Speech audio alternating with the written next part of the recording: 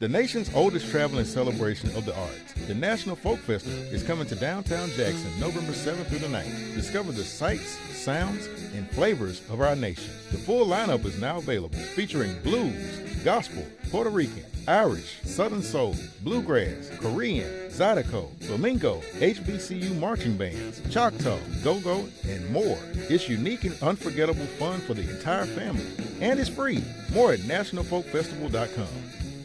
Mississippi is a place of deep roots where every story matters and every voice can be heard. At MPB, we stand with our local communities, bringing you the voices of those who shape our state through local programming that reflects our culture across small towns to big cities, from the Delta to the coast. We tell the stories that define us, from the music that carries our voices to the leaders who inspire change. MPB brings you the heart of Mississippi, celebrating Mississippi one story at a time. MPB, your stories, our mission.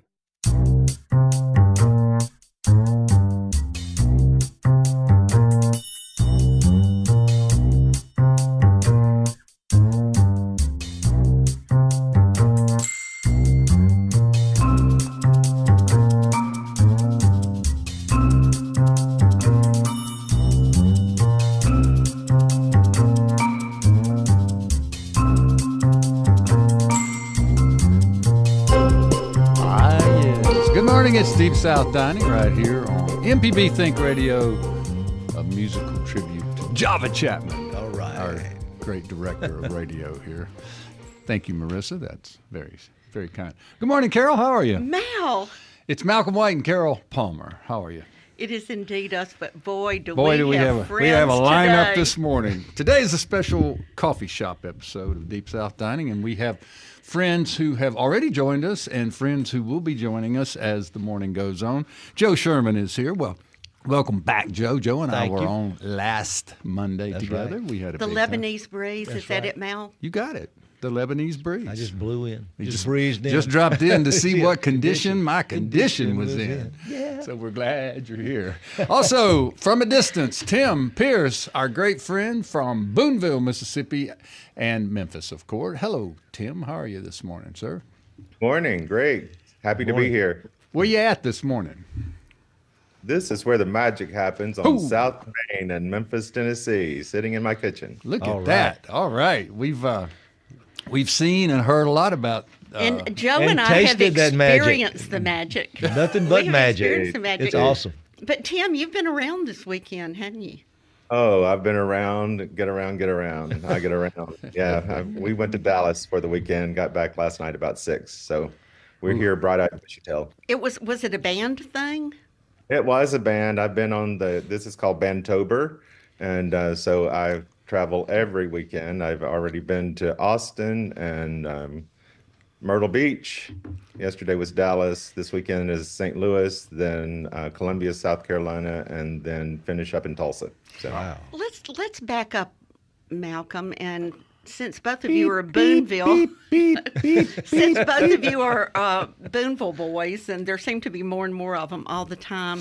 So the genesis of your band world started in Boonville, and tell our listeners what you're doing when you're on these weekends and how it started. it started in 1973 and in Boonville High School Band, which was not very good at all. And we had a band director, 2 band directors that came in and truly transformed the band to what it is today. And just this weekend, they qualified for the state championship again, where they will go to defend their state title. They have 14 in a row at this point, and so they're hoping for 14 in a row. 14 in a row. So it started my life and what I know now as music education, and I've been very, very fortunate. But it all started right there in Boonville, and now I judge for 3 different national level adjudication systems, and enjoy it a lot. But at this time of the year, it is a lot. I'm not as young as I used to be, so and traveling is not nearly as fun as it used to be. So, but I still enjoy the camaraderie, and more than anything, I enjoy giving back to the activity. Great. Well, you know what I really want for Christmas is to get to go to Boonville. We'll see if we can work you in. Well, how about you, Joe? I mean, we hear about it all the time. I know. Yeah. It's a vacation spot. Yeah, we'd love to have you all join us. Maybe we'll do a radio show. I think we should do a from there. remote. Yeah, Right. yeah, yeah. Wow. Why not? Do you know they have the Fall Festival downtown? We could broadcast live from downtown Boonville at the courthouse. The city of hospitality. That's right. They used to have that great turnip green cook-off. Unfortunately, Tommy Cadle and his buddies got tired of the hassle of it, and they quit doing it. But I was a judge one year, and I tried to get John to go one year and be a judge. You were supposed to be a all judge. set. I mean, John was supposed to be the honorary something. Ambassador. Because he was he was a former ambassador to Portugal, so we had planned on driving up the Natchez Trace and around. He still has those little flags you put on the front of your car Of course. with little ambassador flags. And 2 weeks before it was to happen, it was the same day of the Ole Miss Alabama game, and so they postponed or canceled. And now it's over. What a disappointment! Yeah. So, Joe, we are happy you are here, and thank you for bringing Dunkin' Joe Nuts to us this morning, and all of its glory. All of its you glory. brought Dunkin' coffee. Coffee, yes, You sir. brought Dunkin' donuts and other accoutrements. That's right. And we love having a friend who owns a Dunkin'. Well, it's fun. It's fun. Don't you have some other food businesses in your pocket too? No, thank You're you. out of with I'm Lenny out- subs or whatever. I'm out of Lenny subs. I'm out of everything except You're- this right here. Okay. This keeps you busy. And I can tell stories for days. I might write a book. How about a book? A day in Duncan. Another day of being dunked. That's right. Well, we had a great weekend in our home. We went to New Orleans for a few days, Carol, as I was telling It was you your and Joe. anniversary, Mal. It was our anniversary, and we stayed at the Hotel St. Vincent on Magazine Street in the lower Garden District. And it's such a great hotel that it has multiple food and beverage operations. We only went out of the hotel once to eat at one of my favorite restaurants there called Saffron. It's an Indian New Orleans fusion restaurant. Oh, man. And it's on Magazine, so we didn't have to go far. But otherwise, we dined at the Elizabeth Street Cafe, which is a French-Vietnamese bakery cafe on the property of the Hotel St. Vincent. Also, their restaurant, St. Lorenz, is a Italian restaurant in the Paradise Lounge. They also have the Chapel Club for hotel guests. But a lot going on and a wonderful experience. The weather was perfect, and we ate well, and we relaxed, and I swam in the pool a lot, and we drank a lot of really good coffee. Very good. You know, I have heard so many great things about the San Lorenzo. The San Lorenzo, I said Lorenz. Yes, it's San Lorenzo. It's served 3 meals a day, breakfast, lunch, and dinner there in the hotel. But very good Italian restaurant. We sat out on the balcony overlooking the pool, and it was delightful. A rainstorm came in, and it was just part of the experience, and it was super nice. Very, very nice. Also, Carol, you and I bumped into each other at Lemuria the other day because John T. Edge, our great friend, has published a memoir called The House of Smoke. And you and I were there, got to visit with John T. I'm about 3 chapters in. Same here. Okay. I mean, it just absolutely sucked me in. Yeah. I mean, it is strong. It's very strong. Beautifully written. But I found myself, it's the first time I've done this in years. I went digging through my office and got a yellow highlighter and started highlighting. I mean, he just had some beautiful turns of phrase, as usual, John T. does. But, things that resonated in my life, and I heard other people who were coming up to him and saying about the commonality of, of the experience of growing up in the South. But it's a deep dive. All right, we got a caller, Kevin from South Carolina, one of our favorite listeners, has on the phone. Hey, Kevin, how you doing, man? Oh, man, as always, if I was any better, I'd be you. What's shaking? Hey, so, my wife and I just got back from a trip to Boston. It's where we met, so we were celebrating our anniversary, and there's a lot of good chow up there. If you want clam chowder, lobster, et cetera, you're not going to get any better anyplace else. But on a whim, we decided, for better or for worse, to check out a barbecue place in Massachusetts. And, obviously we knew what risk we were taking at this point. That's funny. And the thing is, I have spent my years in the trenches in restaurants before I joined the military, and I am always that person that, I'm usually going to overtip.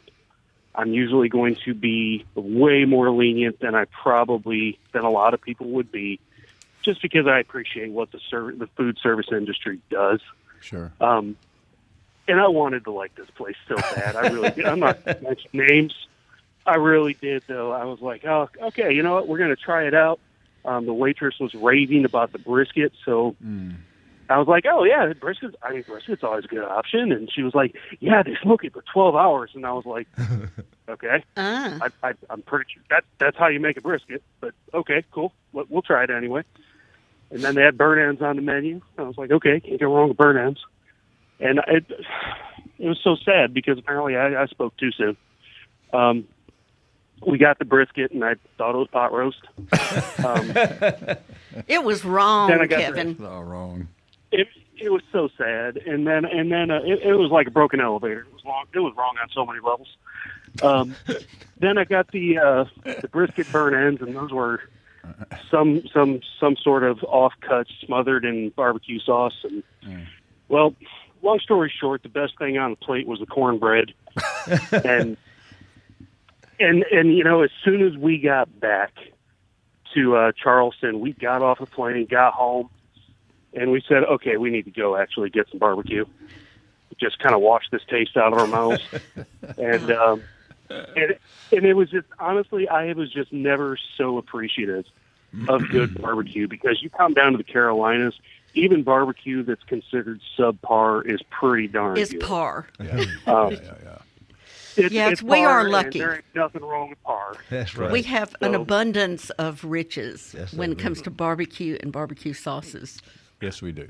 We really do. We really do. And, I just wanted to call and just express my love for Southern cooking in general, but barbecue, it was... Keep it below the Mason-Dixon.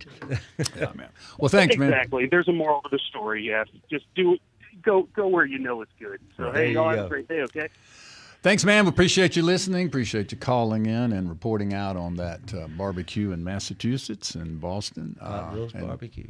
Yeah, anyway. So here's what's happening. We're going to have a coffee shop this morning. We're going to invite friends in to discuss restaurant, food, and industry trends, Carol. This is something that we've sort of gotten on ever since you read that piece in the New York Times. Yeah, and, we started talking about it, and we said, whoa, that would be fun to have some friends talk about, and we're going to do that. That's exactly what we're going to do. But before we take a break, Malcolm, I need to call it to your attention that what is today? This is, today is National Yorkshire Pudding Day. Oh, okay. Meatloaf Appreciation Day yes. is this week. It's October the 18th. I know I did one last week, but what's really fascinating me is that the 17th is Four Prunes Day. Yeah, that one. What do you think? Well, I guess 4 is... I think 2's enough. 2's enough. 4's too many. 4 score and how many prunes ago? I don't know. But you know what?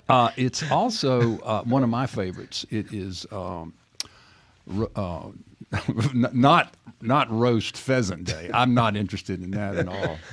But...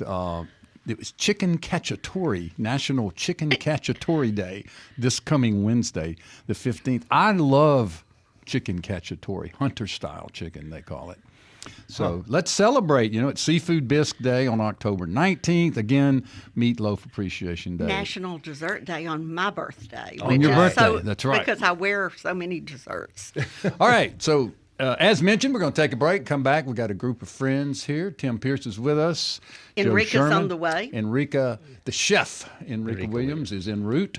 And we will be discussing industry trends, restaurant trends, food trends, those you love, those you don't love, things you'd like to see go away, things you'd like to see appear. You're welcome to join the conversation. It's toll-free. It's 1-877-672-7464, or you can shoot us an email to food@mpbonline.org. We'll be right back with more Deep South Dining on MPB Think Radio.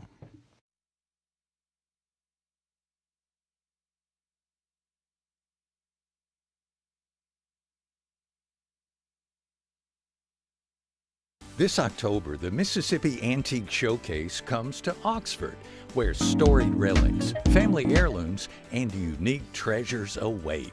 But this season, the journey goes beyond the appraisals. Join us for candid conversations with our appraisers, take a peek backstage, and experience the unique charm of Oxford. New episodes air Thursdays at 7 p.m. on MPB Television. MPB, your stories, our mission. Hello, I'm Desiree Frazier, host of the award-winning news program, Mississippi Edition. We bring you conversations about the latest news from across the Magnolia State.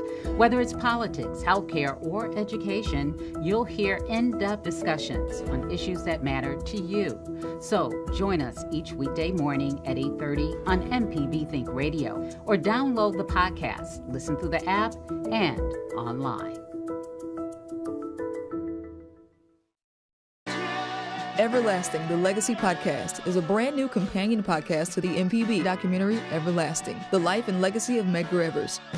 Join me, Rita Brent, as we dive deeper into the story with exclusive interviews and conversations about the enduring legacy of Medgar Evers. Everlasting, the Legacy Podcast, available on the MPB app or wherever you get your podcasts, with new episodes every other week. MPB, your stories, our mission.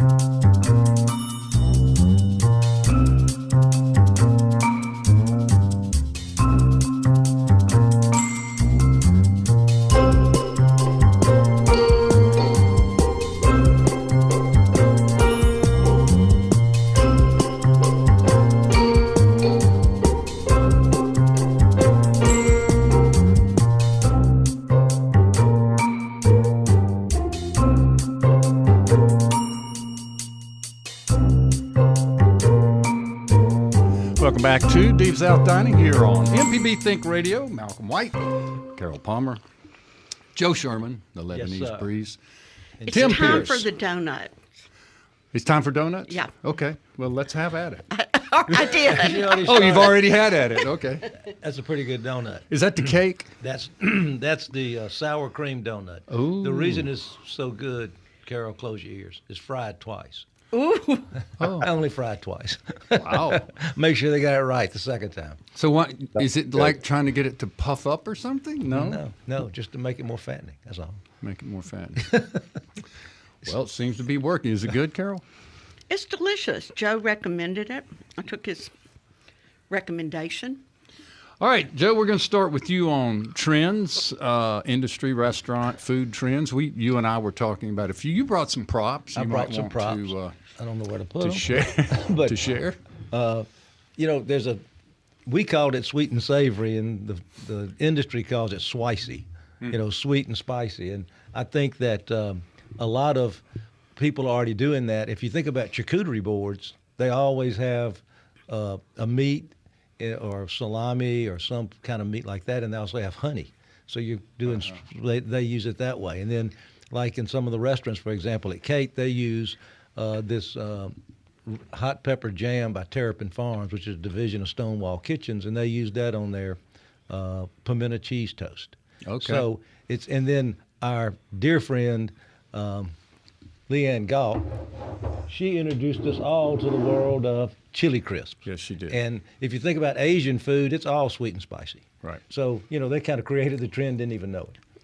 Yeah. And Asian food is about hitting all the different senses. The notes. Bitter, Exactly. sweet, salty. Yeah. So they do a great job. And then one of the upcoming trends that Carol and I were talking about just now, and you and I talked about earlier, and you said that Howlin' Miles is doing it, and in Emerson's Provisions and in the new restaurant, Little Effie, they have potato chips that are fried in beef tallow, and they are phenomenal. So I think you're going to see more of that as the year progresses and people get used to it and learn how to use it better.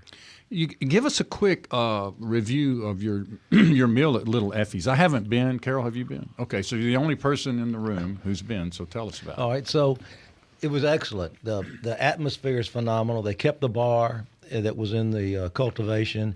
They added seating across one of the walls. They put a wall that divided about that 1/3 is the restaurant, another third is their provisions where they sell meals to go. And this is the Dean and DeLuca of Jackson. The Dean and DeLuca of Jackson. Okay. So they have, for instance, in there they have short ribs, they have chicken salad, they have the greens that they serve at Sacred Ground with the brisket, real brisket, not pot roast. Not pot roast. They have ribs, chicken, and they put on Facebook this morning that LD's made peach cobbler, chicken salad, stuffed peppers, meatloaf, and cornbread salad. Malcolm, if LD made it, I want to eat it. You're going to eat it. So Yeah. and then when we were there, Derek was actually in the restaurant cooking. Great. So Yeah. it's going to be a big hit. It's in walking distance from a great neighborhood, and the place was Not far from right here. That's exactly right. We went back Friday night, so we kind of like it.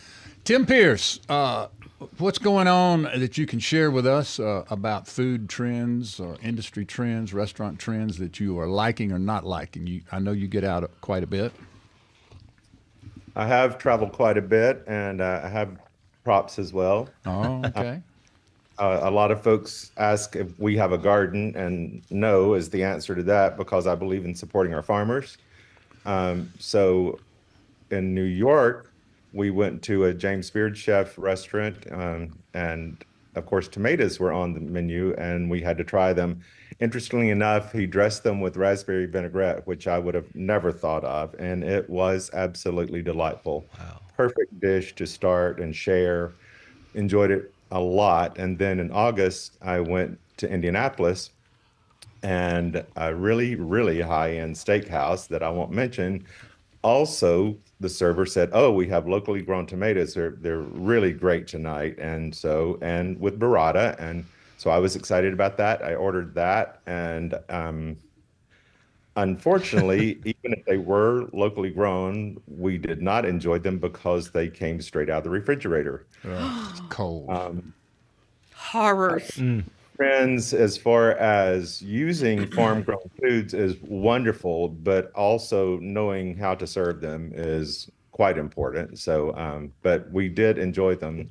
Last weekend in South Carolina, we went to a place called the Library, and it felt like a library, had tons and tons of bookcases, and it was dark and really cozy. And their thing was tableside food. And it was very cool. It took us way back to when everybody had it, but it had been a long time. So I think the restaurants are trying to offer a dining experience where you get a little bit of dinner and a show. So whether that is a server doing something for you at the table or how they present it, I know there's a trend here in Memphis. A lot of the better restaurants are bringing their food on heirloom china, Right. which is really interesting because just this morning I saw a House Beautiful article about 10 things people over 30 should not have in their homes. And one was china that you have been handed down or mismatched china. And it seems to be a real trend. Yeah. Wait, that they should not have in their homes? Right. I thought that was very I interesting. like the mixed china and mixed silver. And they also said Mitch Max plasticware, and I was like, forget about it. We can't seem to match our lids to our bowls, but we've certainly got mixed match plasticware. So.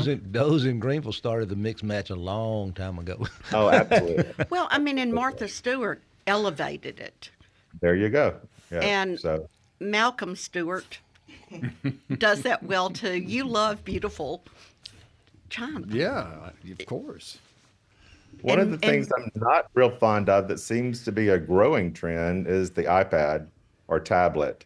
The library offered their wine list on a tablet, which I have seen before and been in places that use them before. And when I opened it, it was on its brightest setting in that dark, really soothing, comfortable place. And it was just like a spotlight all of a sudden. So I don't know. It wasn't my favorite thing. And I know that QR codes came around in COVID, and I'm still not a fan of those. So we agreed. We had Mary Pryor and I had that same discussion this morning. QR codes out, please. A restaurant we were in Austin had LED screens all around the restaurant, not for ball games, but for their specials. Again, other than that, the atmosphere of the place was really quite lovely, and they had spent a lot of money on it, and then they put LED screens on all the walls.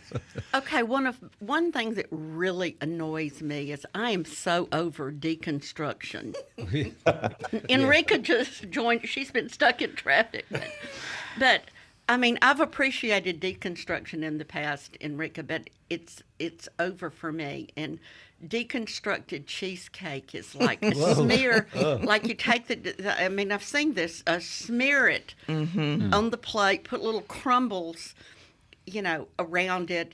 And I mean, it's like an edible art project. Yeah. And I'm tired of smearing and deconstructing. Just give me the cheesecake, please. I think sometimes with the deconstruction, I think it's technique that did not technique enough. So they're just like, let's just still make use of the meats that we have, the product that we have, and just let's call it deconstructed, because I am certainly guilty of that. When something didn't set or it did not do what I needed it to do, I was like, let's just deconstruct. The deconstruct. So, it's okay. It sounds cool. If the cheesecake doesn't rise and set up, then you can deconstruct it in order to use it. Or if it's not, if it's not set, and it's still like very puddingy, you can you can smear it. Yeah. I've had to do panna cotta that way, and don't ask what that turned out. It was a disaster. Yeah, it was messy. Hey, Mal, what about you? What annoys you, Mal? No, I mean, nothing annoys me. Eating in restaurants as you get older becomes more and more of a challenge because of hearing primarily the lack of attention to acoustics, bright lights, like using pads and QR codes. I hate to go to a restaurant and you're expected to download their menu on your phone. No doubt.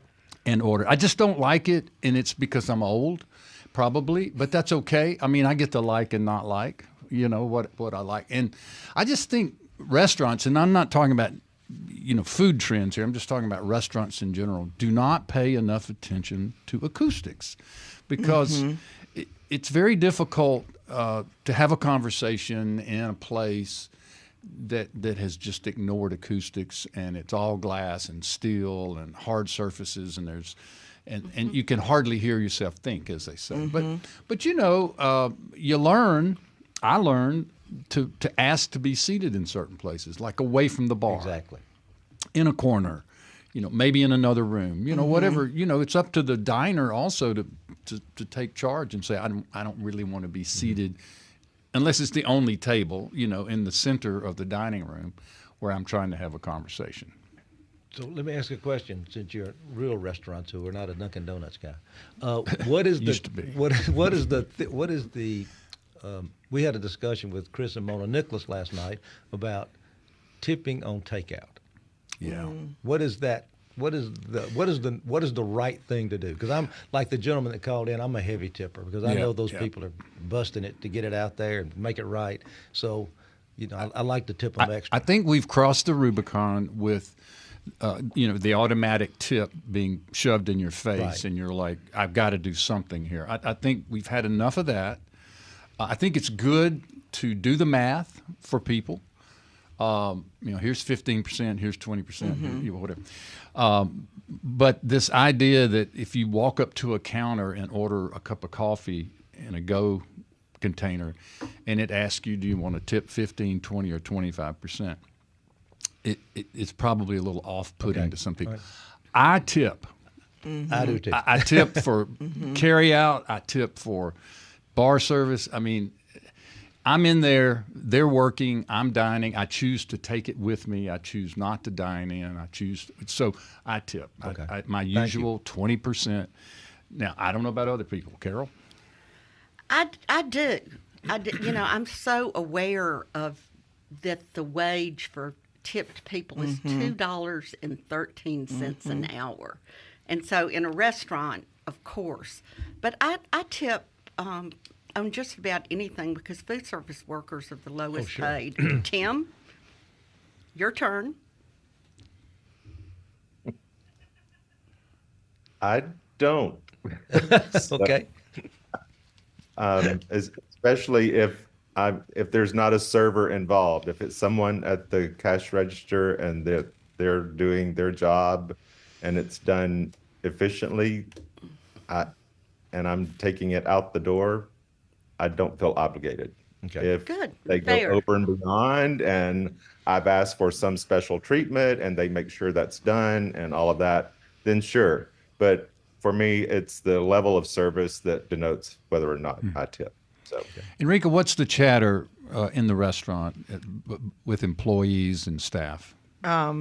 Being in the industry, I've seen it. I've seen people give amazing service and return poorly tipped. I think myself, I tip all the time too, just because I've worked with people who give like amazing service, and I know a lot of what they endure. And in some places, they are trying to kind of go away from tipping by increasing the hourly wage. It's still a service industry for me, so just working in it, I kind of empathize with what they do, and so I just feel like you're working hard. You know. Hopefully, I have witnessed or heard that sometimes with different establishments, when you tip with your credit card, it goes into a pool, and then that server has to then distribute their tips to the other service people. And sometimes that's fair, and then sometimes it's not, because especially if the server is doing all of the work, I feel like you should get the total tip. So in those instances, I just tip with cash and I just give it directly to the server. When you go to Europe, tipping is that they don't tip because people are paid well. Yes. And people Joe, you and I learned this in Amsterdam when we were traveling for Viking, and we're having dinner with Hans and Katja, and they left like some change on the table. It's like we were like, oh, well, we need to tip something. They said, no, your servers are well paid, and that's pretty much all over Europe. Same thing with taxis in Europe. They don't, no tip. So. Well, Carol, you compiled a nice list of trends, things you've noticed, and things you like and don't like. Share a few of those with us. Well, I mentioned deconstruction. Right. Really overly Instagrammable food is annoying to me. That the look is more important than the food. Yes. And one thing I love about our Facebook page, Cooking and Coping, it's real food. It's real food.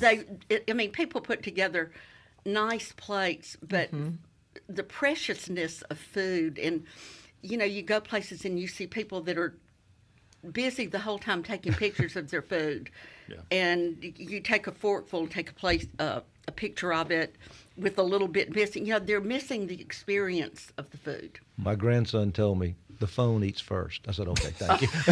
I love that. Senior in high school, the phone eats first. Thanks, Sam.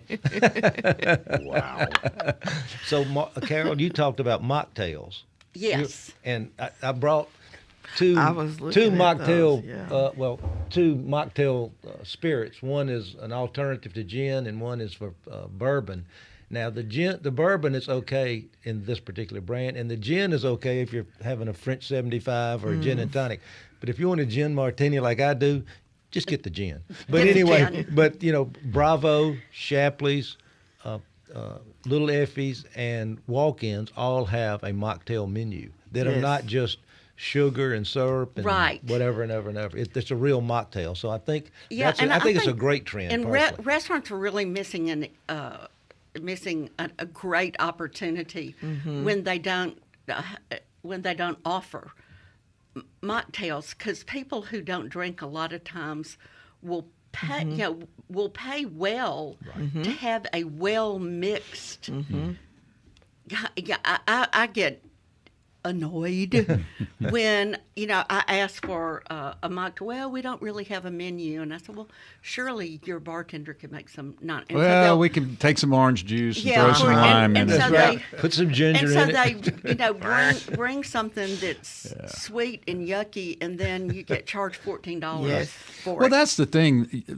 Restaurants charge the same thing for mocktails as they do for cocktails. Yes, they do. So why not make it something interesting? Well, but an excellent mocktail menu is one of things that have ginger and elderberry and or more savory and cucumber juice. And it makes you feel like it's thoughtful. Yeah, it is thoughtful, Enrika. As Tim was talking, one of the trends that I think is wonderful is local products like salad days, the bakery, Just Vanilla Bakery, using local products. I think that's a great trend. And one trend I'm glad to see go away is Beyond the Beef. We had a sausage patty at Dunkin' one time, and I took a bite out of it, and they said, "What do you think?" I said, "I might as well go home and eat a jade plant. That's what it tastes. I think it would taste like. The texture was horrible." Yeah, just don't eat meat. Don't eat it. Or as they say, don't bother. All right, they call it, Frankenfood. Yeah. All right. We're going to take a break. We're going to take a short break, come right back. If you want to join the conversation about industry or food or restaurant trends, we'd love to hear from you. 1-877-672-7464. Tim Pierce, Carol Palmer, Enrika Williams, Joe Sherman, and myself, Malcolm White. We're all here, and we'll all be here when you get back. So short break, more conversation about trends. More Deep South Dining after this short break.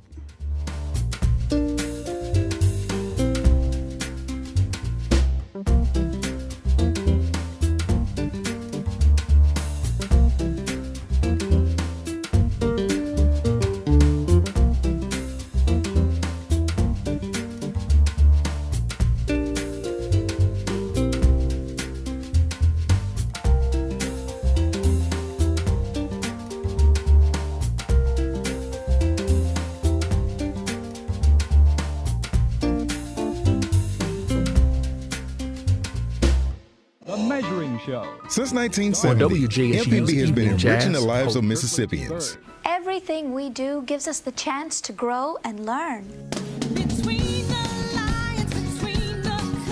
With your support, we are always there whenever and wherever you need us.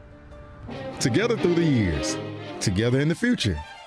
Please consider making a donation at mpbfoundation.org. MPB, your stories, our mission.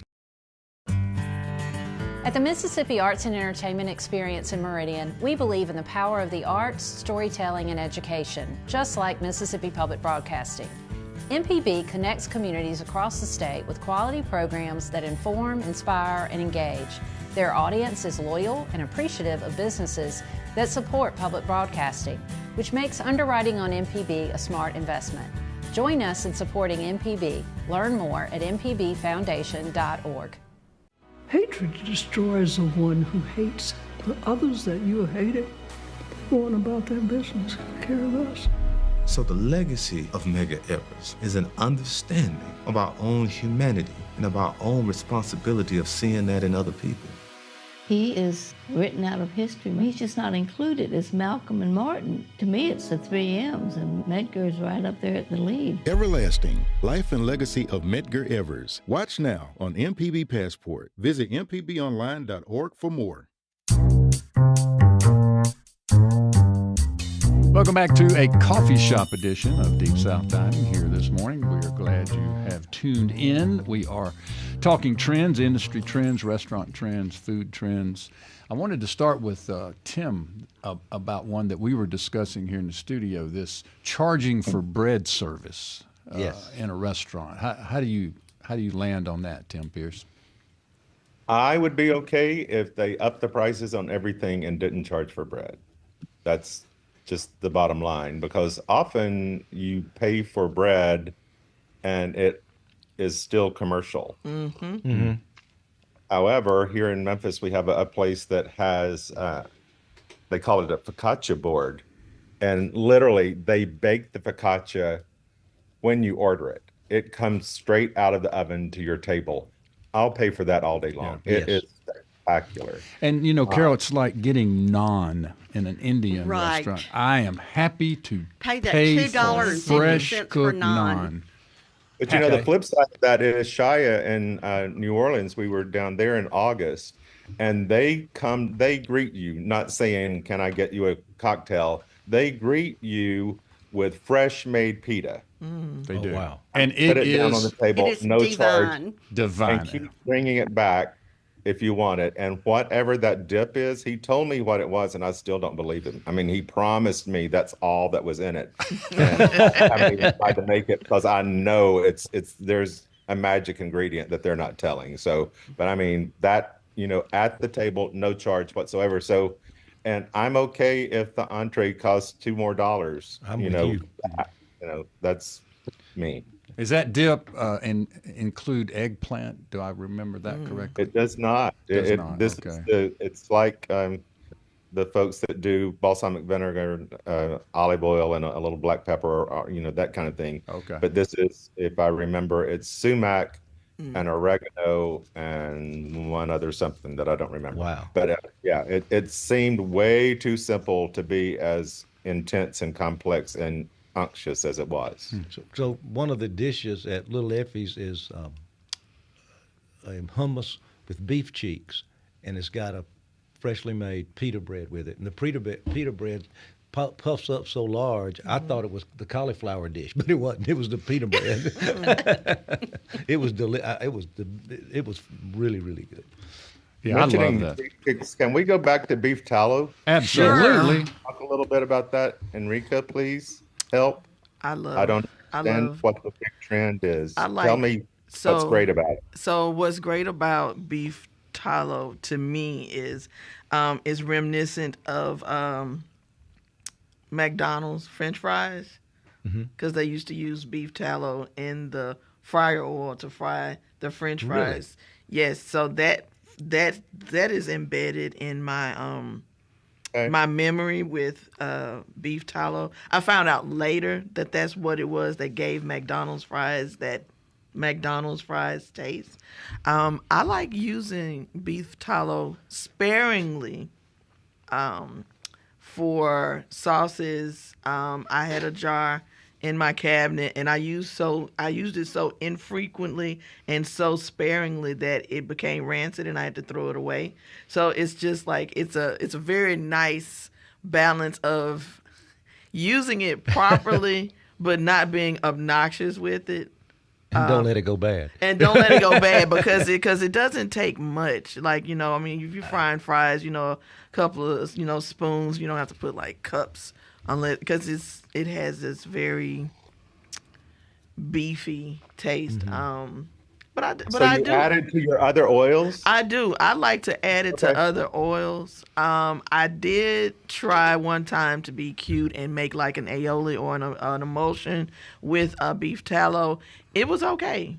And just in place of like oil, I melted some of the tallow, and then I used like a vegetable blend because I was making it to put on a hamburger. So I was just like, why not just load this beef up with more beef And so, so that's how I like to use it. I just don't have it as like the star of the show. It's just very subtle and to layer flavors. They sell it at Fresh Market. Yep. I was going to ask where. Yeah. Fresh Market has that and duck fat. That's what, and that's the ones that I had. The duck Okay, fat. ding, ding, ding, ding. On the New York Times article, something caught my eye and Malcolm's, and they asked the food editors at the New York Times show things that they were just over and would like to see less of. And one of them was fat-washed bourbon. And so Malcolm and I are going, what is fat-washed bourbon? Obviously, it hasn't made it to Mississippi. I've seen it on a few menus in New Orleans. Really? Okay. I have no idea what that means. Okay. So, yeah. Well, duck fat is the preferred fat Okay. to fat wash bourbon. And this is, another one of my pet peeves is the way things are described. It gives it silky and savory undertones. And you can do this at home. And melted duck fat is mixed with bourbon. You sit it at room temperature for several hours to let it infuse. And then chill it. You're choking up, Carol. Getting choked up. It just sounds Don't get all choked up over this. And Joe, strain it. Strain it. I I started to say, if you chill it, the fat's going to fly. Exactly. That's exactly what I was thinking. But Tim, I can see Joe Sherman going home and do this. I can see it. I can see it. I'm going to have to find some cheap bourbon. you don't I don't want to ruin anything Exactly. good. How about this mock bourbon? We use this fake stuff. Yeah, Joe Beyond Sherman. the bourbon. Beyond the bourbon. Beyond the bourbon. Joe Sherman's name. house was the first house I ever had smoked bourbon. Smoked old-fashioned. Exactly. Old-fashioned. Exactly. Yeah. All right. Here's one from the New York Times of Wait, our Malcolm, friend. I have to go back. Oh, go ahead. Go ahead. Go. You remember Red's Drive-In? Oh, do I remember Red's Drive-In? Okay. You remember the basket of fries that they offered? Of course. Those hand-cut, fresh fried fries? Fantastic. So we stopped at McDonald's yesterday on the way back from Dallas, believe it or not, just to potty. But it caught my eye that McDonald's now offers a basket of fries. Well, they used to have We good had to have fries. Used to have. They good don't have fries. good fries anymore. They do They're not. like Yesterday cardboard they did. now. Yesterday, somewhere in Arkansas, they did. Trust me. Wow. The basket of fries were spectacular. Well, there you go. I ate an entire basket of fries like we've never had them in our life. Hey, speaking of Red's Drive-In, a.k.a. Jack Sprat's, In Boonville. what about the heated honey bun with a dollop of vanilla ice cream on top? Yes. It's hard to compose myself. Still just trying to thinking get rid of about it. those. Yep. All right, so our friend Brent Anderson at the New York Times had a great inclusion here. He said, what would you like to see less of? And this is what he said: menus that don't tell you anything about the food, and restaurants carved into new buildings as afterthoughts. That's our buddy Interesting. Brent Anderson, who wrote the piece about The the Mayflower. Mayflower, for the New York Times. One of the things that kind of bugs me is when you have a wine list that the servers can't pronounce. Mm-hmm. Yeah, I've been that guy before. When I first got in this business, I struggled with pronunciation of all sorts of foods and wines and liqueurs and beverages. But they shouldn't have put me out there until I was able to pronounce it. Right, exactly. I mean, I won't mention any place or any names, but I thought, what are they talking about? Yeah. Or a place that has wines that you've never heard of. You'd like to hear of at least one of them. One red, one white, maybe. And some of them have them that you don't really know what they are. A couple of weeks ago, we went for a birthday dinner here in Memphis, and the place was lovely. We enjoyed it so much. It was the first time we'd been. It's on water, and it overlooks water, and it's a seafood place, and we enjoy. It was fabulous. Our server was amazing, except he was 18 years old. And when we asked anything about the wine list, he could not respond. And at first, I thought he was untrained. And then I realized, oh my God. I said, how old are you? And he said, 19. I was like, duh. I got shoes older than that. He said I could go get somebody, which was perfectly fine. But yeah, it was having knowledge. He was trained on everything else other than being able to talk about the wine. That reminds me of Mike Upton and a group used to always go to Napa, and they go to Steve Ed's and all that group, and Mike Upton asked the waiter or the server, do you have any red wine glasses? And they said, no, they only come in clear.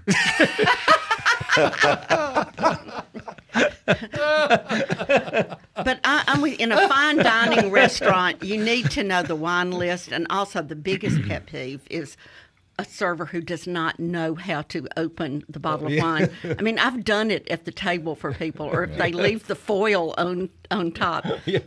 You know, a cheap restaurant maybe, but not a fine dining restaurant. Right. Hmm. Well, what else we got? Enrika, what you got? You got anything that you want to share? So we keep talking about bourbon. So for me, it is the infusion of bourbon into every single thing on a menu, like sauces, glazes, reductions, wings, burgers, wombats, like all kinds of stuff with the bourbon. I think it's just you've had enough. Yeah, and now like the Nashville hot trend, Right. and trying to like dunk. No pun intended. Good pun. Trying to like immerse everything into Nashville hot to be on trend. Right. I think a lot of times with just restaurants, when they try to be too on trend, that makes me sad too, because it's like, just make the food that you enjoy. Right. Make the food that you want to, and then you can pay attention to trends, but your restaurant is just not fueled on everything on the menu is because of something that is derived from social media or something that you saw as a trend. Stand for something. Yeah. Stand for something. Yeah. Be known for something. Yeah. I just thought of this one time I was out in California. I think I was in Berkeley, and there was some friends there, and they said, we're going to take you out to dinner. And I thought, this is going to be great. They're going to take me to a local place. They took me to a Cajun Creole restaurant in Los because Angeles. In Los I'm from the Angeles. South. And I thought, no, but I understand. All right. That's funny. Sounds like our background music started, They're telling Carol. us to You know leave. what that This means. was so fun. They're telling us to go home. Thanks for the idea and for bringing us idea. all Great. together. Thank you. Thank you. And Let's I'll bring do you it again. Beyond the Love you Beef. guys. Tim, thank you. Thanks, Tim. Thank you, Tim. Beyond the Jade See Plant. you all. Beyond the Come Jade see me. Plant. All right, Deep South Dining is a production of Mississippi Public Broadcasting, made possible by the generous support from folks like you. We thank you.